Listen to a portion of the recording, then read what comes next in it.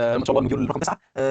خلي الاسئله بقى في الاخر بقى يا باشمهندس الهام، معلش ماشي، لا اما لو سؤال ضروري هي اتفضلي. كانت على نفس النقطة، بس هي كانت على اها. نقطة يعني اللي أنا عارفاه إن الداتا وير هاوسنج ككونسبت هي بتروح ناحية الدي نورماليزيشن، في حين إن زي ما مهم. أنت حضرتك ذكرت إن الستار سكيما اللي هي أصلا عبارة عن نورماليزيشن الأكثر استخدام. فأنا دايما ما بفهمش إزاي إحنا بنروح كده وهي كده. هنتكلم بس عنها دلوقتي، هنتكلم عنها ماشي. بالتفاصيل، ماشي. تمام. ماشي، شكرا. لو هاند. شكرا. طيب. دلوقتي يا شباب ميعادنا مع موديول 9 اللي هو هيكون ان شاء الله اخر موديول، هيكون متقسم لثلاث فيديوهات زي ما قلنا. هنشرح في الفيديو بتاع النهارده الدايمنشنال موديلنج، وهي هتكون انتروداكشن تو دايمنشنال موديلنج. طبعا الحاجه دي قليل قوي لما تسمع عنها في اكسل، قليل قوي لما تلاقي حد بيشرح لك اكسل بيديلك الحاجه دي. بس انا هديلك عشان انت بيجنر، وعايزك تكون مكون فكره سطحيه ان انت عارف ان ده في حاجه في الركن بايد كده اسمها مين، اسمها دايمنشنال موديلنج. تمام. طيب علشان بعد ما تخلص ان شاء الله وربنا يكرمك كده تروح تذاكر بقى الداتا موديلنج دي على روقان، وتروح تذاكرها ان ديتيلز، وتروح تقرا لها كتاب كده محترم، علشان هي اللي هتتقل لك السي في بتاعك وتتقل لك المشاريع بتاعتك يعني. تمام. طيب. كمان الفيديو الثاني هنشرح داكس لانجوج، ونقول لك ايه هي الداكس وبتستخدمها فين وهكذا، ونطبق بقى في البروجكت ده. تمام، يعني نعمل بروجكت باستخدام داكس والميجرز والداتا موديل والكلام الجميل اللي احنا خدناه قبل كده. تمام. الفيديو الثالث والجزء الاخير من الكلام ده هيكون الماكروز والفي بي اي وسمول توبكس، شويه سمول توبكس كده نتكلم فيهم. احنا طبعا اتكلمنا عن الكي بي اي والماتريكس في موديول 8، فهنمسحها من هنا، شرحنا الفرق ما بينهم. فهنتكلم على السوفت سكيلز والكوميونيكيشن سكيلز، هنتكلم على ازاي تبريزنت يور ورك، هنتكلم على السي في ولينكد ان وبورتفوليو وجيت هاب وتريلو وموشن، هنتكلم عنه برضو في الفيديو الثالث في المشروع ده، في قصدي في الموديول ده. وهنعمل مشروع انا مش عارف هو هيكون كامبين اناليسز ولا هيكون انهي مشروع، بس هيكون مشروع انا همشي معاك الخطوات اللي عايزك تمشيها في الفاينل بروجكت. تمام. يعني ان شاء الله البروجكت الاخير اللي هنا ده انا هعمل لك بروجكت محترم مهم جدا من اول حاجه، من اول خطوه لحد اخر خطوه فيه، علشان عايزك تنفذ الكلام ده في الجراديويشن بروجكت بتاعك هنا في الكورس ده. لان كده بالنسبه لك انت خلاص انت قتلت سكيل اكسل، قصدي سكيل الله يسامحكم. يبقى كده خلاص قتلت مين؟ قتلت اكسل، مش عايزك تفتحه تاني بقى لو انت فعلا بتعرف تعمل الكلام اللي انا حاطه في الكورس هنا ده. تمام. انا مش عايزك تراجع بقى، انت بس طبق مشاريع، طبق مشروع كل فين وفين على اكسل. تمام. طيب خلينا ندخل بقى يا شباب، نشوف ايه موضوع الدايمنشنال موديلنج ده. بس انا حابب ان انا قبل ما ادخل موضوع الدايمنشنال موديلنج ان انا اخدك ايه لفه سريعه جميله بسيطه معانا منين، من اول الموضوع كله وبدايته. الناس اللي كانت معايا في الورك شوب تلتزم الصمت بعد اذنكم. تمام. او اللي سمعت الورك شوب يعني. في يوم من الايام كان عندنا يوزر كده اهو، اليوزر ده عاصم. وكان عندنا يوزر تاني وليكن اليوزر ده كان اسمه امين. وعندنا يوزر تالت اسمه مين، محمد وسيم اهو. الثري يوزرز دول عندهم شركه وليكن عندهم اي كوميرس. اكتشفوا بالصدفه ان هم عايزين ويب سايت، فراحوا كلموا مين؟ كلموا الشركه بتاعت باشمهندس احمد، وقالوا لها احنا عايزين مين؟ عايزين نعمل ويب سايت. فطبعا الشركه الجميله دي علشان تعمل لهم ويب سايت بدات تاخد منهم حاجه اسمها ريكوايرمنتس، الاحتياجات بتاعتكم، انتوا عايزين ويب سايت يكون فيه ايه. تمام. طيب الشركه الجميله دي خدت الريكوايرمنتس وعملت دوكيومنتيشن جميله للريكوايرمنتس اللي هم عايزينها، وبداوا يشتغلوا عليها. فالشركه بتاعت السوفت وير الجميله دي وهي بتشتغل عليها طبعا اول حاجه بتعملها بتروح تعمل اي ار دي دايجرام اهو. طبعا ده بره شغل الداتا اناليسيس، بس ركز معايا انا بربط لك الدنيا ببعضها بس في الخمس دقائق ولا 10 دقائق دول. راحت عملت اي ار دي دايجرام. تمام. والاي ار دي دايجرام ده عملت منه، انا بكلمك على الشغل البروفيشنال على فكره لو السوفت وير عادي. تمام. عملت منه مين؟ عملت مابنج وطلعت منه سكيما.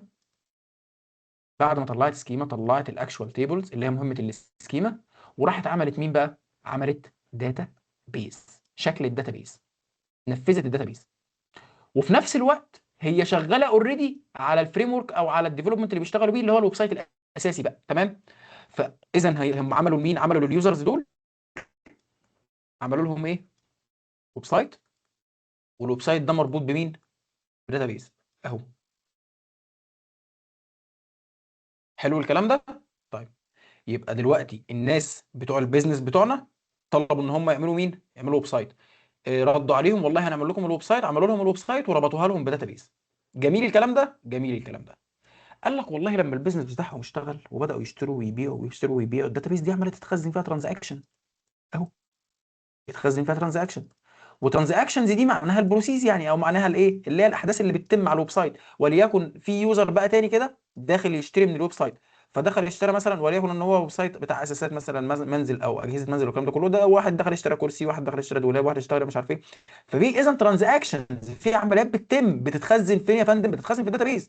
قال لك اه، ده مع مرور الوقت الراجل الناس المحترمه اللي هناك دي اللي هم دول، في حد جه قال لهم ايه رايكم ان شايفين الداتابيس بتاعتكم الكبيره اللي هناك دي اللي عامله لكم دوشه دي، ايه رايكم لو انا قلت لكم ان في حد اسمه داتا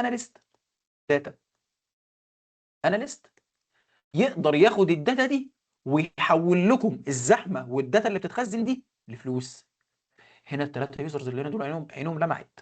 قال لك يعني انا الداتا اللي متخزنه عندي دي ممكن نحولها لفلوس؟ قال لك اه. طب قال له طب الكلام ده عن طريق ايه؟ قال له عن طريق حاجه اسمها داتا اناليسز.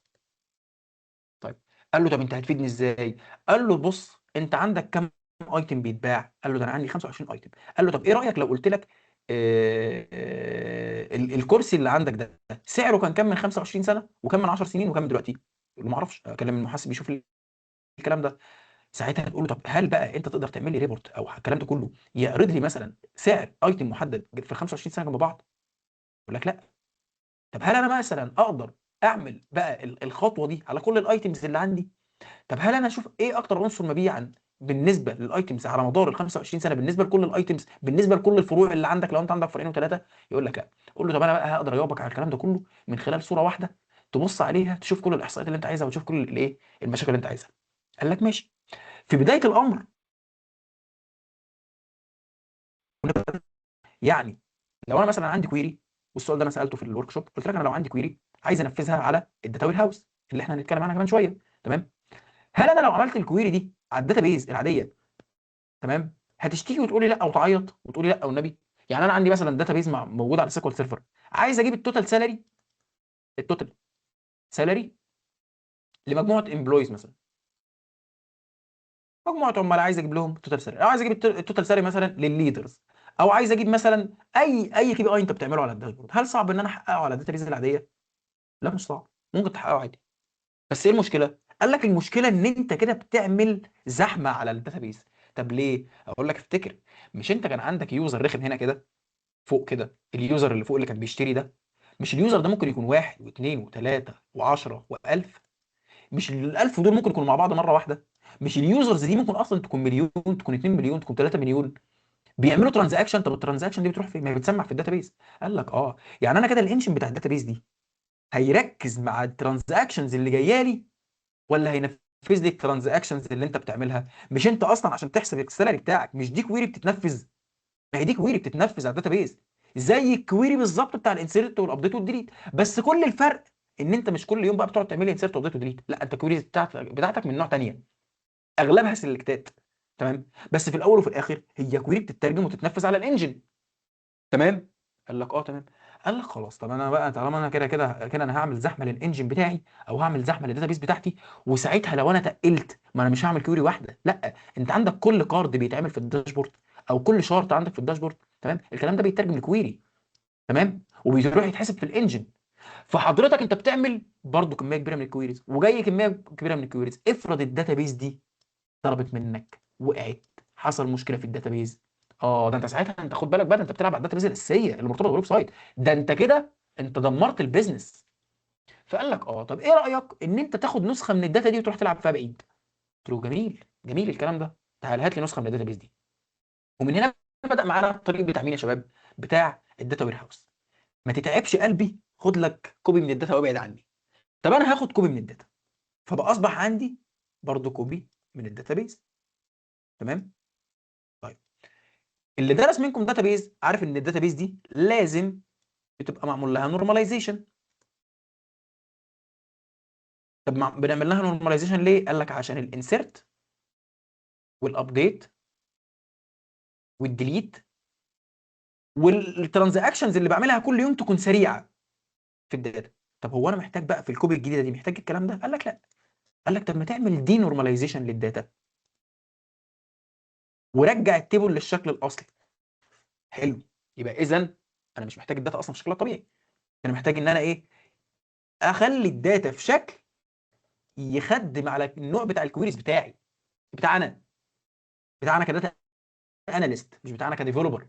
ليه؟ لان الشغل اللي فوق ده كله كده كان بتاع الديفلوبر، الناس بتوع الباك اند والفرونت اند ومش عارف ايه والكلام ده كله، اللي بيعملوا الويب سايت ويعملوا الكلام ده. انما من هنا بقى، من اول ما انت خدت كوبي من الداتا، انت اشتغلت شغل الداتا. تمام. وخلي الجمله دي في دماغك. تمام. احنا بنشتغل من حيث وقف الاخرون. يعني ايه؟ يعني بتاع الديفلوبمنت اللي هو بتاع الباك اند ديفلوبر بيعمل الداتابيز ويظبطها على الترانزاكشن بتاع الويب سايت، وبعد كده يسلموا الويب سايت والويب سايت يشتغل. احنا بنشتغل لما الداتابيز دي تكون مليانه. تمام. بعمل ايه بقى يا معلم؟ بقى انت بتروح تاخد كوبي وليكن من الداتابيز اللي احنا فاتحينها دي. تمام اهو، الداتابيز اهي. حضرتك كده بتروح تعمل حاجه اسمها ايه بقى يا شباب بقى؟ اي تي ال اهو. بتمشيها في حاجه اسمها اي تي ال بايب لاين. طب ايه الاي تي ال بايب لاين ده؟ او ايه الاي تي ال ده؟ قال لك هو انا دلوقتي الاي تي ال دي اختصار ثلاث حاجات، ادي الاي ادي التي ادي ال. الاي اختصار لاكستراكت، والال والتي قصدي اختصار لترانسفورم، والال اختصار للود. حلو. قال لك والله الداتا لما انت رحت طلع، انا ممكن اعمل، خد بالك انا ممكن اعمل اناليسيز على الداتا كلها، اخد منها كوبي منها كلها، يعني ممكن اخد كوبي من جزء منها، ممكن اخد كوبي من تيبل واحد. تمام. ممكن اعمل اكسبورت لفيو اصلا مش تيبل، يعني اعمل فيو يحدد لي الداتا اللي انا عايزها، الناس اللي مذاكره سيكوال. تمام. واطلع الداتا اللي انا عايزها بس مش اكتر. تمام. فاذا انت بتعمل اكستراكت الداتا اللي انت محتاجها، دي الخطوه اللي انت بتستخرج منها الداتا. طيب، اي حاجه بتعملها بقى في الداتا من تغيير مثلا شكلها، بتشيل منها النل، مش عارف ايه الكلام الجميل ده كله، ده بيندرج تحت خطوه الترانسفورم. ترانسفورم جايه من ترانسفورميشن. تمام. انت بتعمل العمليات اللي انت عايزها كلها على الداتا لحد ما توصلها للشكل اللي انت عايزه، اللي هي فيما بعد هنقول عليها موديلز. تمام. وتيجي تعمل لها لود. جميل الكلام ده. طب تعمل لها لود فين بقى؟ في الموديل اللي احنا اتكلمنا عليه. تمام. ومن هنا بعد الاي تي ال بتحولها لايه بقى؟ ما بتبقاش اسمها داتا بيس بقى، بتبقى اسمها ايه؟ داتا وير هاوس. تمام. تمام جدا. طيب الداتا بيز ممكن تلاقيها تحت مسمى مين بقى؟ الاو ال تي بي. انما الداتا وير هاوس بتلاقيها تحت مسمى الاو ال اي بي. طب ليه يا مصطفى الكلام ده؟ قال لك مش احنا قلنا ان الداتا بيز اللي احنا خدنا منها كوبي دي اهم حاجه هي الترانزاكشنز اللي بتحصل من اليوزر اللي فوق اللي كان بيشتري الكرسي؟ صح؟ يبقى انا مسميها ترانزاكشن. انما الراجل اللي هنا لا، ده اهم حاجه بالنسبه لي فيها الراجل الاناليست، يعرف ينفذ شغله صح، يطلع لي الاناليسيس الصح علشان يروح يدي لعاصم وامين ومحمد وسيم بتوع الشركه الاولانيين، يدي لهم الاحصائيات ويقلبها لهم فلوس، احصائيات، يعمل لهم اناليسيز. عشان كده سميتها ايه؟ اناليسيز. او ال اي بي. تمام. طيب طبعا الموضوع كبير، بس انا مديلكم نبذه بسيطه، حبيت اربط لكم الموضوع كله ببعضه، منين بيودي على فين، من اول اليوزر لحد آه، ما بنطلع الداتا وير هاوس بتاعتنا. طبعا انت بقى حضرتك بعد ما بتطلع الداتا وير هاوس، او بعد ما بتعمل الداتا وير هاوس، بعد ما بتعمل مثلا موديل من الموديلز اللي انا هختارهم، عندنا طبعا موديلز مختلفه. الداتا وير هاوس دي ممكن تكون في صور كتير، ممكن تكون في حاجه اسمها ستار سكيما، ممكن تكون في حاجه اسمها سنو فليك، ممكن تكون في حاجه اسمها ايه، جالاكسي سكيما، ممكن تكون في حاجه اسمها ايه، هايبرد مثلا. تمام. هايبرد دي مش حاجه، لا ده نوع، يعني مثلا حاجه مختلطه ما بين النوعين دول. تمام. حاجه هايبرد ما بينهم يعني. تمام. طيب حضرتك بعد بقى انت بقى طلعت الستار، والله طلعت السنوفليك، طلعت الجالاكسي، المهم في الاول وفي الاخر انت بتبدا تبني مين بقى يا معلم بقى؟ تبدا تبني الداشبورد بتاعتك. تمام. طب يا مصطفى، طب وانا ليه الف اللفه دي كلها؟ ليه الف اللفه دي كلها لما انا ممكن اطلع الجدول اللي انا عايزه اعمل له اناليسيز، واخد الجدول من جوه هنا كده كاكسل فايل صغير جميل، واعمل له امبورت، وابدا انفذ شغل طبيعي. اقول لك ماذا لو الاكسل فايل بتاعك ده حجمه زاد؟ ماذا لو عايز تعمل اناليسيز للداتابيس كلها؟ ماذا لو التيبل بتاعك جواه دوبليكيشنز؟ ايه الاخبار لو التيبل مأثر لك في البرفورمانس؟ هتعمل ايه يا معلم؟ فهترجع في الاول وفي الاخر تروح تتعلم اللي احنا بنتكلم فيه، الاي تي ال والداتا وير هاوس، تعمل ستار، تعمل سنو، تعمل جالاكسي. طبعا الكلام ده مش بمزاجنا، الكلام ده بتكون تفضيلات بزنس هنتكلم عليها في لوحدها. تمام. خلينا نعمل البي دي اف الجميل بتاعنا علشان نشخبط جوه البي دي اف براحتنا. اكسبورت، كريت بي دي اف، ادي الديسكتوب بتاعنا. مهم. اصلا موجوده.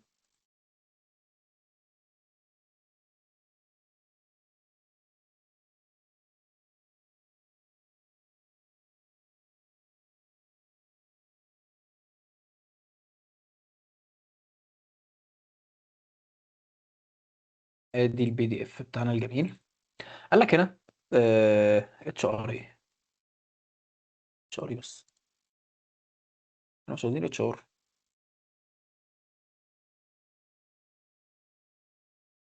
عايزين دي. اعذر يا شباب، احنا كنا فاتحين البرزنتيشن بتاعت المحاضره اللي فاتت، احنا عايزين دي. نعمل لي اكسبورت كريت بي دي اف.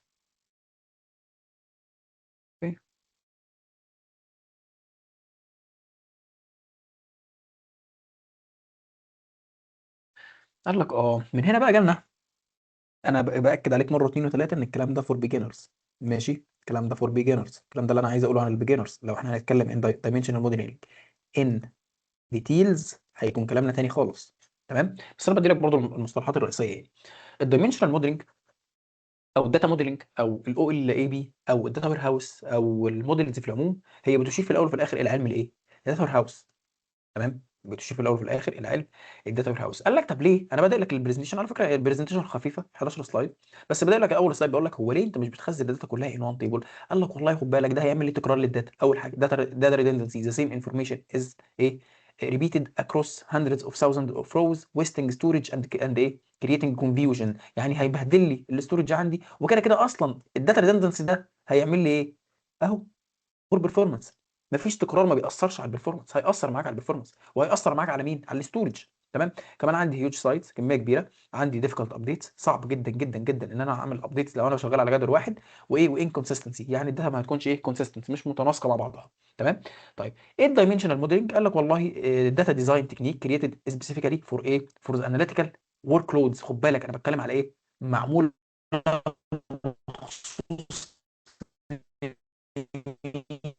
لمين؟ للاناليتيكال. بنقول ان احنا هنا بنعمل لها دي نورماليزيشن وبنبهدل في شكل التيبل براحتنا. ليه؟ لان انت لو ضربت منك وباظت كده كده البيزنس شغال، انا مالي، انا شغال بعيد عنهم. تمام. طيب قال لك خد بالك ان هي بيلت فور مين؟ فور اناليسيس ريبورتنج. تمام. بتوبتمايز فور داشبورد كي بي ايز اند ايه اد هوك كويريز اكروس لارج داتا سيت. قال لك ستراكتشرد، الناس بتوع الورك شوب. ستراكتشرد، ستراكتشرد مش هتكلم. ماشي. ستراكتشرد دي مش هنتكلم فيها لان احنا بنتكلم في الايه في البيجنرز. ستراكتشرد مره واثنين وثلاثه، ستراكتشرد مره واثنين وثلاثه. تمام. للداتا الاستراكتشر، يعني للداتا اللي بتكون جايه لنا في تيبلز بس. ايزي تو اندرستاند. تمام. سكيلابل اند فليكسبل، اقدر ان انا اعملها ايه سكيل. الداتا لو عندي جايه لي بقت بألف، جات لي داتا 2 ألف عادي هتفت في السيستم بتاعي. لو الداتا 3 ألف جات لي 4 ألف برضه هتفت في السيستم بتاعي. طب لو جات لي مليون ألف، لا ده حاجه تاني بقى. تمام. طيب الكور كومبوننت عندي لما هتيجي تخش، احنا كده دلوقتي بقى بنتكلم في الموديل بقى يا شباب. تمام. لما هتيجي تخش على حاجه زي الستار، او احنا كده هنتكلم بقى ان ديتيلز في الستار، او الجالاكسي، او مين، او السنوفليك. دايما هتلاقيهم مكونين من الحاجات دول. يا اما عندي فاكت تيبل، يا اما عندي قصدي فاكت تيبل وعندي دايمنشن تيبلز. تمام. دايما بيكون عندي اكتر من دايمنشن. ليه؟ لان انت اقل حاجه خالص هيكون عندك 2 دايمنشن. لان انت كده كده اي تيبل، اي موديل قصدي، بيكون فيه واحد محجوز لمين؟ للتاريخ. هنشوف الكلام ده ان ديتيلز، انا مش عايزك تفهم اي حاجه من اللي انا بقوله دلوقتي. تمام. الحاجه الثانيه اللي كنا بنتكلم فيها ان انت بيبقى عندك فاكت وبيبقى عندك دايمنشن. طب هل انت فاهم في ايه فاكت ودايمنشن؟ ما انت توقفني تسالني تقول لي هو يعني ايه فاكت ويعني ايه دايمنشن، اقول لك والله بص احفظها كده. الفاكت هو مين؟ هو السنترال تيبل، يعني الحاجه اللي تشوفها في النص متوصل بيها حاجات، ده مين؟ ده الفاكت. بس مش دايما. ليه؟ لانك لما تدخل في انواع من في الجالاكسي مثلا، تمام، هتلاقي ان انت ممكن تلاقي دايمنشن طالع منه اكتر من مين؟ طالع منه اكتر من سهم عادي. تمام. بس انت الفاكت بيبقى اول حاجه بتميزه ان هو بيكون سنترال تيبل. في الستار سكيما اللي احنا قلنا عليها اول حاجه ما بيكونش فيه غير فاكت واحد بس في النص متربط بيه الدايمنشنز بنفس الشكل. تمام، وهنشوف الكلام ده دلوقتي تحت في السلايدز تحت. تمام. طب it stores quantitative measurable data. دي تاني ميزه، ان دايما هتلاقي اللي مكتوب هنا ارقام، ارقام قابله لايه؟ للقياس. تمام. طيب the numbers you want to analyze each row represents a single business event or ايه or transaction. يا سلام، بيقول لك ان كل رو في الفاكت ده، احنا دلوقتي بنتكلم على الفاكت دي، بيقول كل رو فيه او كل صف فيه هو بيريبريزنت مين؟ سنجل بزنس ايفنت. يا سلام، خد بالك من الحته دي عشان نتكلم فيها كمان شويه. كل صف بيمثل سنجل بزنس ايفنت، حدث واحد فردي. تمام، لمين؟ للترانزاكشن. طب الكلام ده زي مين؟ قال لك والله ممكن تلاقي عمود للريفينيو، عمود للكوانتيتي سولد، عمود للسيلز اماونت، الاوردر كاونتس، البيج فيوز، الكليكس، الكلام ده كله. تمام، يعني انا كده الفاكت بيبقى جدول كده، تمام، متقسم اعمده، الاعمده دي جواها ارقام. دي اكتر صفه تعرفك الفاكت. كمان بقى الصفه الثانيه ان هو بيكون ايه؟ متوصل بالدايمنشنز. ماشي. ليه قلنا الدايمنشنز؟ ليه قلنا الدايمنشنز؟ او ليه اتسمت بالدايمنشنز اصلا؟ اتسمت بالدايمنشنز يا شباب عشان انا لما اجي اقول لك شفت الرسمه اللي الاي اي حاططها لك هنا دي؟ بص، بص الرسمه دي ليها سبب. هو حاططها ليه؟ على فكره انا والله اول مره اشوف الرسمه دي، واول مره اشوف في اي اي موديل يرسم الدايمنشن على الصوره دي. تمام، بس هو ليه سبب. ايه السبب بتاعها؟ هو قسم الدولاب او قسم المكتب ده بناء على الرفوف. رفوف ايه؟ آه اسمها ايه؟ ادراج. الادراج. اه شكرا هندسه، معلش معلش. مقسم المكتب بتاعنا ومقسم الدولاب بتاعنا ده بناء على الادراج. تمام، اللي هو لما تيجي تقسم، تيجي تفتح المكتب، في المكتب في العموم يقول لك انت عايز تفتح الدرج الاول ولا الثاني ولا الثالث. لو انت قلت له هات كتاب الف او كتاب واحد، هتقول له هو فين؟ في الدرج الاول ولا الدرج الثاني ولا الدرج الثالث؟ يبقى الادراج دي هي ابعاد قسمت عليها الدولاب نفسه. وصلت؟ ده بالعامي اهو، احنا لسه ما دخلناش في التكنيكال. اصبحت الادراج دي وحده اسمى الكل. تمام، يعني انا دلوقتي الدولاب بقى كامل اهو، ده كده دولاب كامل. انما انا لما قسمته دراج، انت قصدك الدولاب اللي في الدولاب من فوق، ولا الدولاب اللي في الدرج الثاني، ولا الدولاب؟ فاهمني؟ يعني الدولاب نفسه بعد ما كان انتيتي كامل، لا ده دلوقتي بقى متقسم لثلاث حاجات. تمام، فالدايمنشنز بالنسبه للفاكت هي نفس الفكره. بعد بقيس بيه الفاكت. وليكن مش انا قلت لك ان انت ممكن تلاقي الريفينيو هنا في الفاكت عمود؟ انا عايز اشوف الريفينيو بقى، بدل ما كنت بحسب الريفينيو كقيمه واحده، لا ده انا ممكن احسب الريفينيو دلوقتي لمثلا لريجن محدده. يبقى نفس اللي انا عملته في الدولاب انا عملته برضه بالنسبه هنا اهو. تمام، الريفينيو بدل ما كان عمود كنت ممكن اعمل له صم واجيب التوتال ريفينيو، لا ده انت حضرتك دلوقتي ممكن تقيسه بناء لمنطقه محدده، لكاتيجوري محدد، لبراند محدد، لسيجمنت محدده. تمام، وصل المفهوم ده يا شباب؟ انا مش عايزكم تحفظوا، ارجوكم مش عايزكم تحفظوا، عايزكم تكونوا فاهمين. ما ينفعش تقول لي والله الداتا موديل بتاعي عملت فاكت ودايمنشن وكذا وكذا وكذا وانت مش فاهم الميننج اصلا بتاعهم. تمام، انا عايزك تبقى فاهم اللوجيك، لان اللوجيك هو اللي يخليك تقسم الموديل صح. تمام، اهو شايف لو جيت تركز كده هتلاقي ان كلها ايه؟ كلها ديسكريبتيف، حاجات اقدر اوصف بيها الارقام اللي جوه الفاكت.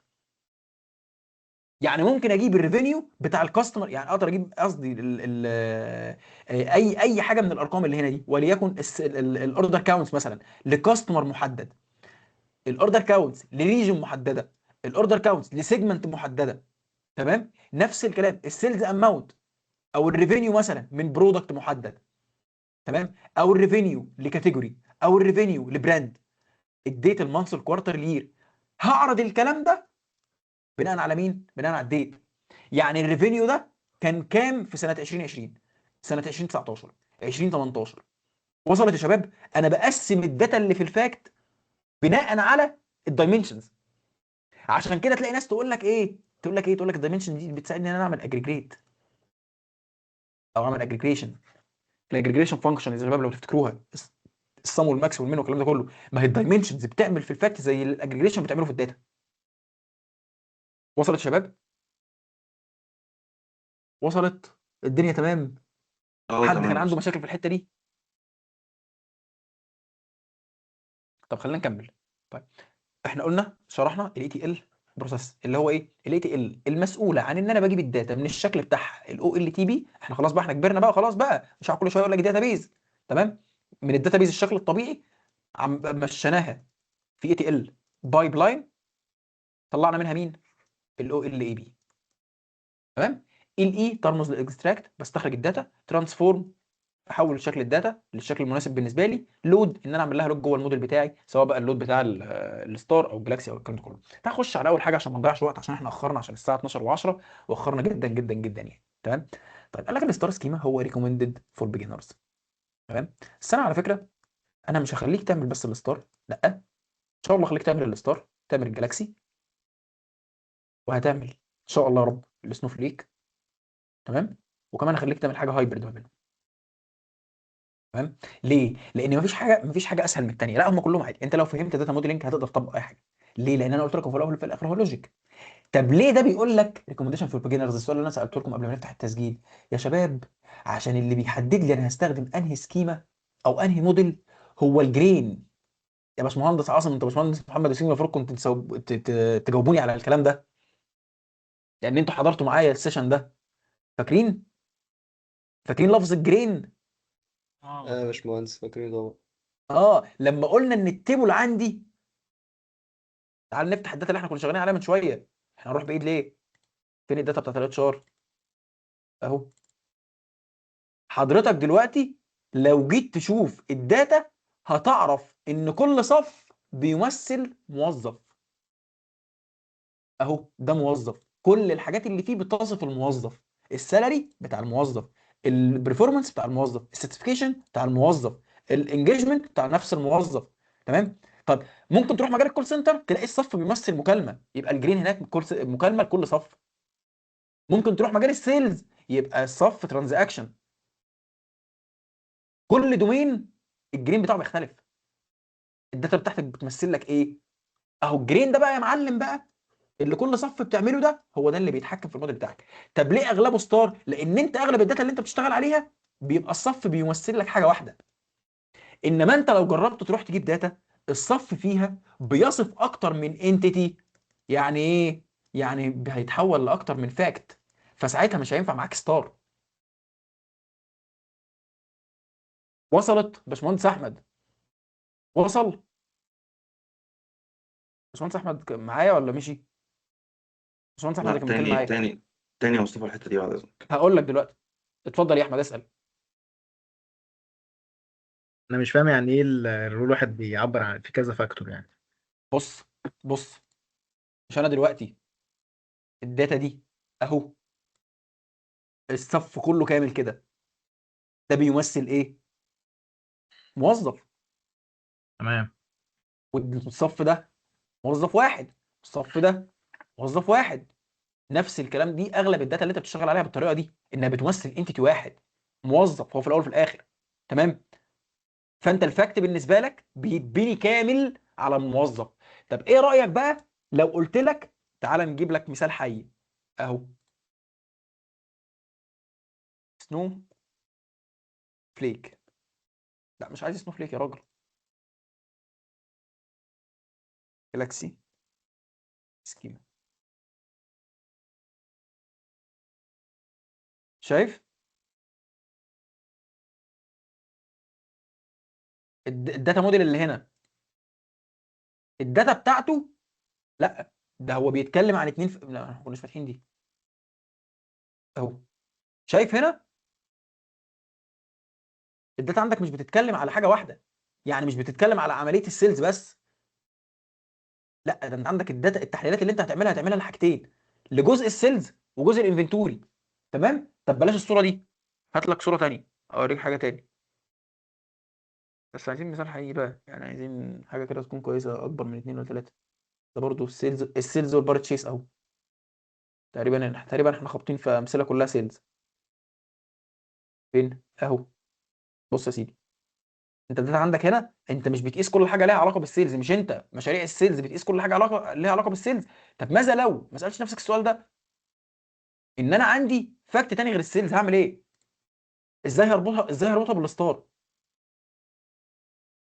فاهم؟ اه فهمتك. لازم يبقى وصلت عندي كده كذا دلوقتي؟ فاكت.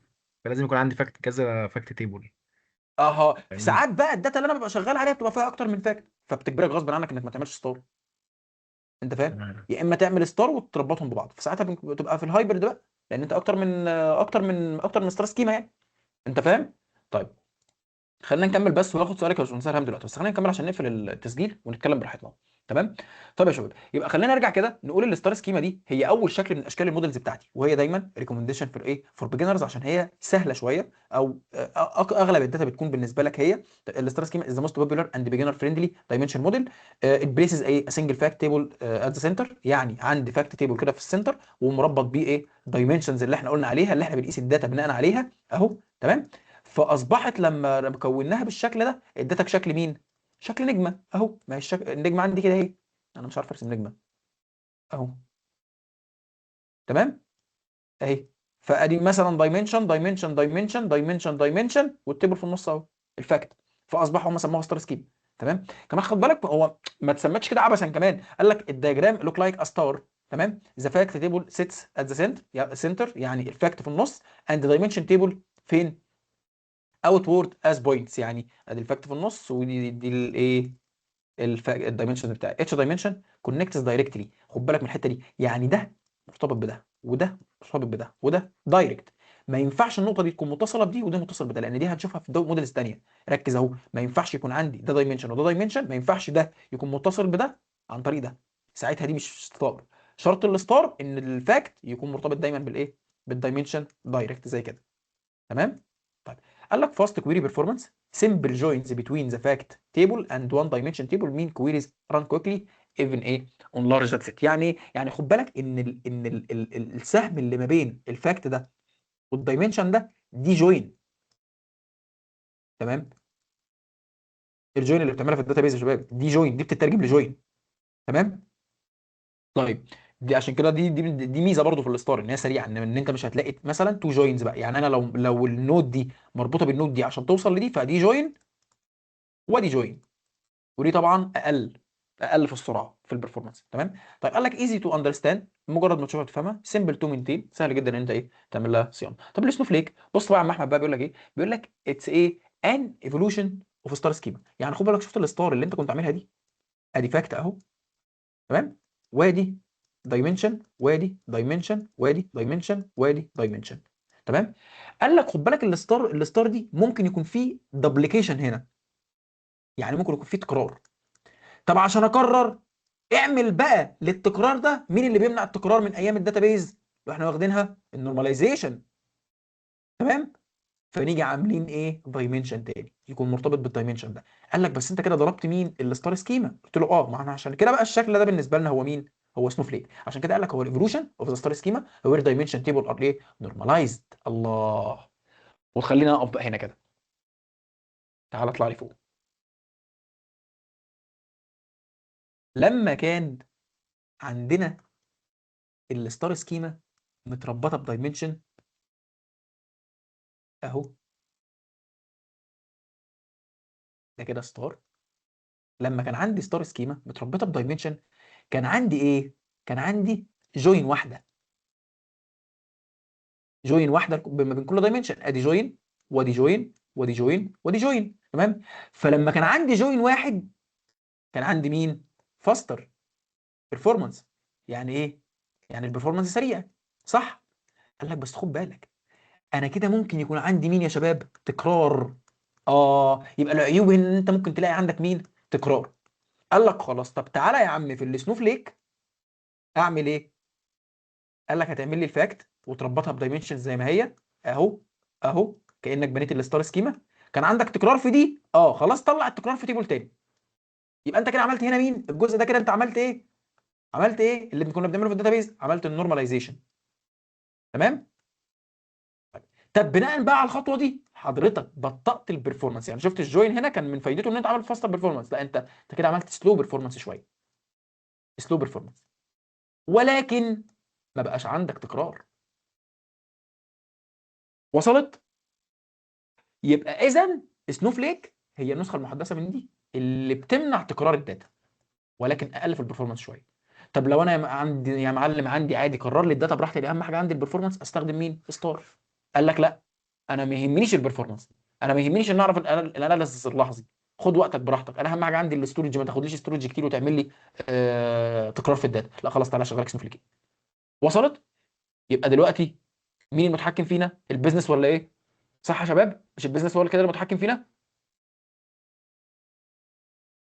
اصدقائي سامعني؟ تمام. بس هي كده مش كده. السنوفليك هي كده ليه بتاخد داتا، يعني بتاخد ليه يعني مكان اقل او ستورج اقل يعني؟ الايه؟ يعني السنوفليك ليه بتاخد ستورج اقل مع ان هي جداول اكتر؟ حضرتك فاهمه فاهمه النورماليزيشن؟ انا حضرته مع حضرتك قبل كده بس يعني. لا اقصد فاهمه النورماليزيشن في الداتابيز، ذاكرتي النورماليزيشن في الداتابيز. لا انا بصراحه انا لسه اصلا في دي بي اللي هو داتا انجينير طيب فلسه. خلينا لما نطبق ابقى اوريك الكلام ده عملي. تمام. ماشي زي الفل، خليكي فاكره السؤال بس وتبقى تسالوني، سؤال جميل. تمام يا شباب، يبقى السنوفليك سكيما is an evaluation of mean of the star schema where dimension tables are normalized split into multiple related sub tables. The result look like a snowflake branching outwards زي قطعة الجليد يعني. تمام. طيب خد بالك ان من المزايا بتاعتها ان هي normalized dimension، احنا اتفقنا بقى خلاص بقى ان ما بيبقاش فيه تكرار، فبيبقى هي ايه normalized. مور اورجنايزد داتا، الداتا مرتبطه بشكل احسن، وسلايتلي ايه مور كومبلكس. دي ايه، دي ميزه من المميزات بتاعتها، او تقدر تقول فيتشر من الفيتشرز بتاعتها. تمام. قال لك هنا في الجلاكسي سكيما بقى، الجلاكسي سكيما بقى يا معلم بقى هي الحاجه اللي احنا كنا بنتكلم فيها من شويه. بيقول لك also called a fact concentration schema the galaxy schema takes things further it contains multiple fact tables. هي دي الفكره بقى. عشان كده لما ضربت لك المثال من شويه ضربتها لك بالجلاكسي سكيما. لو انا عندي اناليسز، بص، لان انت ممكن برضو كنت تسالني سؤال تعجيزي يا عم احمد، كنت تقول لي طب لما هو لو انا عايز اعمل اناليسز للسيلز وعايز اعمل اناليسز للانفنتوري، تمام، ما اخد ده لوحده اعمل له اناليسز، واخد ده اعمل له اناليسز لوحده. تمام. فيجي هنا بقى الجلاكسي دي تضربك في مقتل، تقول لك خد بالك انا بربطهم ببعض عشان انت ممكن تلاقي دايمنشن مشتركه، دايمنشن محدد هيخدم على السيلز وهيخدم على الانفنتوري، فغصب عنك لازم يكونوا الاثنين في نفس السكيم او نفس الموديل. تمام. علشان كده بيقول لك ايه، بيقول لك it contains multiple fact table that share common mean dimension. هتلاقي حضرتك ان الفاكت دي في common dimensions ما بينهم. تمام. فانت حاططهم في نفس السكيم. طبعا قال لك مالتيبل فاكت تيبلز، عندك اكتر من فاكت تيبل، شيرد دايمنشنز ما بين الاثنين، انتربرايز سكيل يوز، يعني الكلام ده هتلاقيه في البروجكتس الكبيره والايه والحاجات الكبيره. طيب هتلاقيني عامل لك مقارنه سريعه. الستار سكيما فيها واحد فاكت، دي نورماليزد دايمنشنز، 1 فاكت زائد نورماليزد دايمنشنز، مالتيبل فاكتس، شيرد دايمنشنز. هنا هتلاقي الكومبلكسيتي لو ميديان هاي. هتلاقي شويه حاجات لذيذه اقراهم، مش هيضروك، انا قلتهم لك فوق يعني. وهنا اخر المحاضره. بشكرك جدا جدا جدا على صبرك معايا في المحاضرة يعني. ودي كان الجزء الأول من موديول 9 اللي هو إن شاء الله هيكون سبب في تغيير تطبيق البروجكت بتاعتنا. خليني أوقف تسجيل علشان الناس يعني اللي هيسمعوا التسجيل ده يكون الدنيا معاهم تمام وما يقعدوش يسمعوا الأسئلة بتاعتنا، وإيه، ونسأل براحتنا. ماشي يا شباب؟ يلا تعالوا نقفل كده.